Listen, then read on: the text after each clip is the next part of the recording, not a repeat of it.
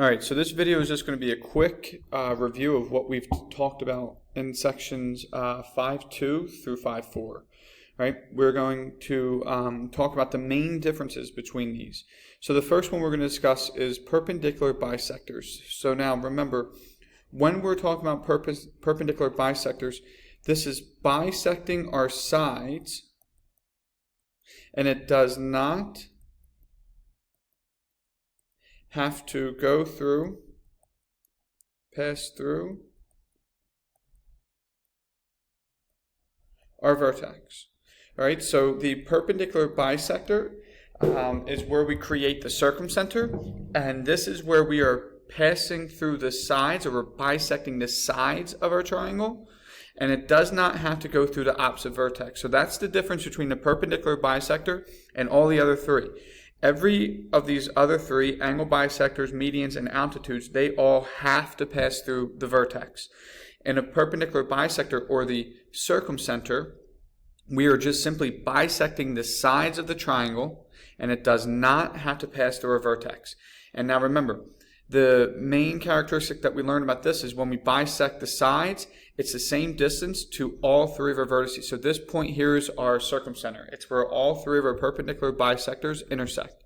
And that point is the same distance to all of our vertices. So that's the trait that we learn about with perpendicular bisectors, that when we bisect the sides of the triangle, we're the same distance to all of our angles. And then the next one that we're going to discuss is the angle bisector. All right, so the angle bisector, it's where we're bisecting our angles. And that point where they all intersect, all of our angle bisectors here, that is our incenter. Remember, the incenter is always going to be inside of your triangle. And the trait that we learn with this is that that incenter is the same distance to all of our vertices. Now remember, all of our sides. So the one thing that we have to be aware about, though, is that that distance is perpendicular to the segment. All right, if I were to draw this line here in purple, going out here, that's not representing the true distance from our incenter to this segment because it is not perpendicular. All right, so when we bisect the angles, it's the same distance to all of our sides. So that's one of the traits that we learned about with the incenter. Bisect the angle, same distance to all of our sides. All right, now the next two are very similar to the perpendicular bisectors, but where a lot of people are getting mixed up with is that these two must pass through our vertices. So these two here must pass through our vertex.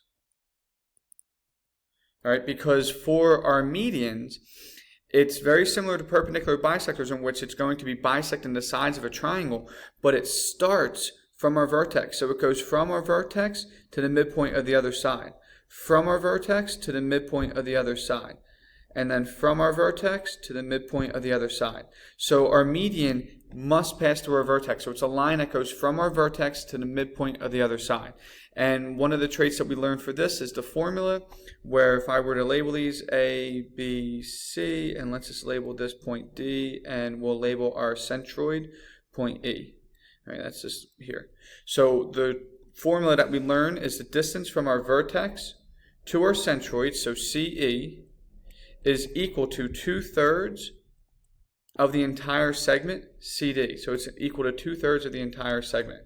So it's always the distance from our vertex to that centroid is always 2/3 of the entire segment. And then the last one that we talked about is orthocenter, and the same thing as median. It's very, very similar to our perpendicular bisector in that this one is now going to have to be perpendicular to the other side of the triangle, which is similar to what our circumcenter was. But this must pass through our vertex as well. So this one has to go from our vertex and perpendicular to our other side. Has to go from our vertex and perpendicular to our other side. Has to go from our vertex and perpendicular to our other side. Now remember, each one of these blue lines is called our altitude. And the point of concurrency for our altitudes is called our orthocenter. All right, now there's no specific traits that we're going to learn about in this class, but there are some things that you may learn in some other math classes that you may take. All right, so that's just a quick review of sections 2 through sections 4, and that's it.